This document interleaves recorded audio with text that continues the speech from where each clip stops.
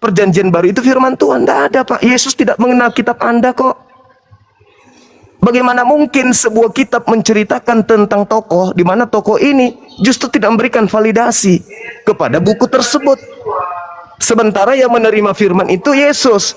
Bukan Lukas, bukan Markus, bukan Paulus. Yang menerima firman Yesus, berarti Yesus yang harus memberikan legitimasi kepada jemaatnya. Bukan Lukas, bukan Markus, Paulus.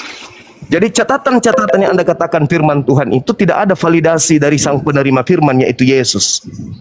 Sebagaimana Nabi Muhammad menerima firman. Dia yang menyampaikan firman itu. Dia memvalidasi, dia mengajarkan kitab tersebut. Oke, Bang. Ya, saya paham jalan pikiran Abang. Silakan. Jadi saya ulang lagi, Bang, bahwa Siap. memang arti kata yang dalam bahasa Indonesia itu, Bang, memiliki keterbatasan.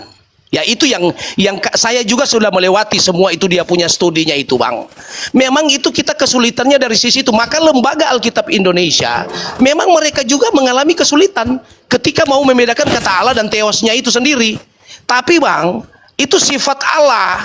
Itu sebenarnya dia itu tunggal, tetapi jamak tetapi tunggal.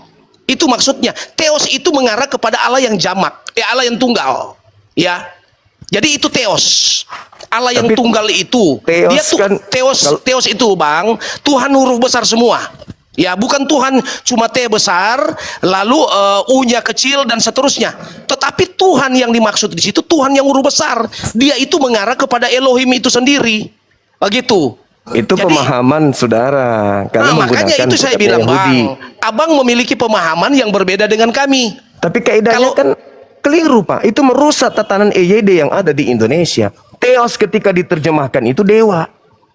Iya, theos yang tadi, Bang, T besar, kecil dia punya. Bapak kalau berbicara mengenai entitas absolut tunggal itu bukan theos, tetapi akontas. Tuhan, Rob. Kalau theos itu dewa, dewa itu banyak. Dewa matahari, dewa bulan, dewa padi. Tapi kalau berbicara mengenai akontas dalam bahasa Yunani, itu merujuk kepada satu entitas absolut tunggal. Gak bisa diganggu-gugat. Itulah yang disebut Elohim atau Eloah dalam bahasa Ibrani. Kalau kami Allah. Nah, sedangkan kalau Anda mengatakan bahasa Indonesia keteteran, enggak. Theos diterjemahkan dewa, Pak. Dewa Yesus, Dewa Bapa, Dewa Roh Kudus. Itu yang tepat. Salah, keliru itu, Bang. Kok keliru pula? Coba habis ini Anda belajar. Abang salah paham itu, Bang. Jadi seperti saya bilang tadi, kita berbicara mengenai kata Tuhan yang ditranslate, theos itu yang ditranslate ke bahasa Indonesia itu huruf besar semua. Tuhan huruf besar.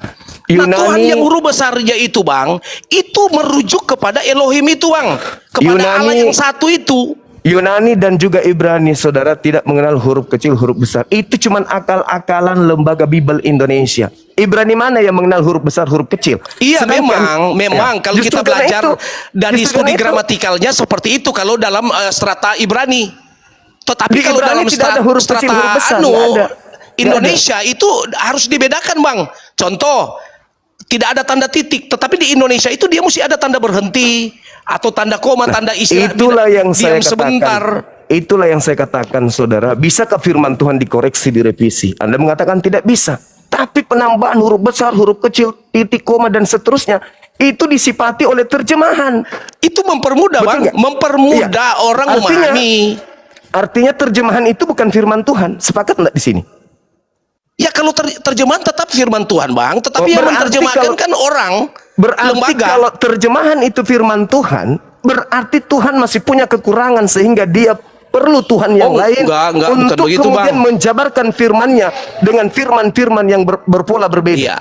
Iya, itu cara pandang Abang. Oh, tidak bisa. Tetapi cara pandang kami sebagai Kristen, Bang, tidak bisa. Sekarang kita saya begini, tanya Bang. gini. Kita sebenarnya berbicara Yesus Tuhan dan Yesus Allah itu sebenarnya sama aja. Firman Tuhan dengan perkataan manusia sama enggak? Iya, beda. Nah, beda. Nah, terus di mana perkataan manusia? Terjemahan itu firman Tuhan atau perkataan manusia? Itu terjemahan itu adalah hasil dari perkataan Tuhan. Ya iya, berarti terjemahan manusia kan? Bukan, maksudnya perkataan Tuhan yang diterjemahkan oleh, seperti tadi Abang bilang, lembaga Alkitab. Tidak diterjemahkan bisa, oleh manusia. Firman Tuhan adalah firman Tuhan. Ketika dia diterjemahkan, maka status terjemahan ini adalah perkataan manusia. Betul tidak? Tidak bisa seperti itu, Bang. Loh, kok tidak bisa seperti itu? Jadi gini, Bang, kita ini begini, meyakini bahwa apa yang sudah ditranslate ke Indonesia itu adalah hasil daripada original teks itu. Begitu, Bang. Jadi kita tidak begini, makanya saya di dalam pendahuluan saya tadi, di dalam sebelum Abang masuk, saya sudah katakan bahwa memang memahami Bible ini, memang kalau dari agama lain memahami Bible kita ya memang banyak seperti rancu. Tetapi kami, Bang, sudah terbentuk dari awal itu bahwa pemahaman Alkitab itu hasil pengilhaman semua dari Allah. Sehingga dibukukan. Soalnya soal bahasa aslinya yang Abang sebut tadi teos dan segala macam, itu hanya sebuah argumen yang membuat orang ketika kembali ke dalam struktur bahasa memang sepertinya keliru. Oke. Tetapi kami tidak menggali dari situ, Bang. Dari sisi firman Allah, dari sisi bahwa itu ada pengilhaman. Oke, saya Gitu, Bang. singkatkan begini, saudara. Belanda datang membawa terjemahan, taruhlah terjemahan Septuaginta atau bahasa Greek atau bahasa Yunani. Lembaga Anda menerjemahkan ke dalam bahasa Melayu. Bahasa Melayu ini firman Tuhan.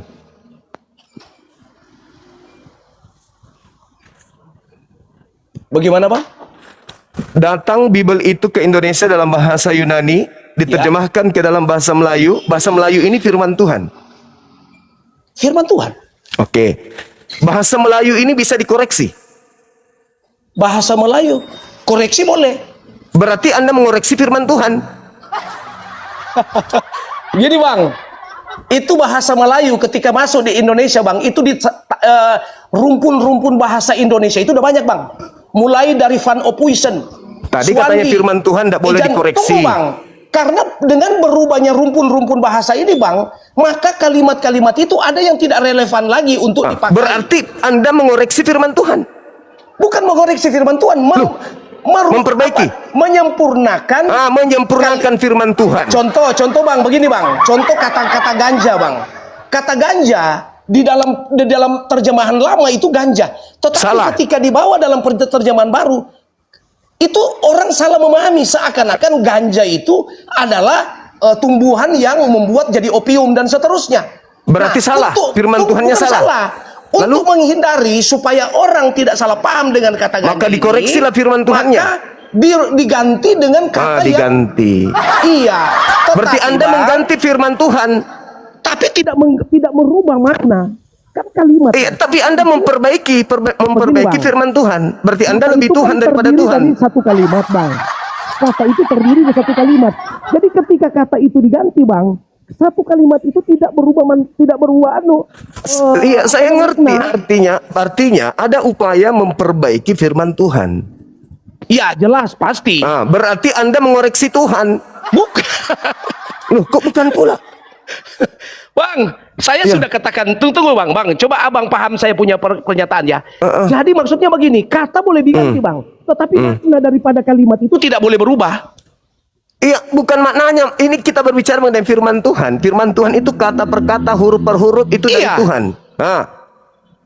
Artinya kalau yang berfirman ini Tuhan, dia kudu wajib tahu perkembangan bahasa nanti ke depannya, bahasa apa yang harus saya lakukan, yang saya ucapkan supaya tidak berubah-ubah dan tidak dimakan oleh zaman. Berarti Tuhan Anda tidak maha tahu. Ya, itu kan pendapat Abang, bukan pendapat saya, Bang. Nggak bisa dong. Sekarang contoh, Abang kembali ke saya. Contoh. Kalau Abang kembali ke saya mau bilang apa itu? Apakah saya sama dengan jalan pikiran Abang? Beda. Contoh, Pak. Contoh Al-Quran 1400 tahun silam. Ketika ada kata Alhamdulillahirrabbilalamin, sampai hari ini 1400 tahun tidak pernah berubah. Nah, kalau Anda kata ganja baru berapa tahun sudah berubah. Itu bukti Al-Quran bahwa firman ini adalah perkataan dari langit yang tidak akan tergerus oleh perkembangan bahasa, rasa bahasa, nilai bahasa.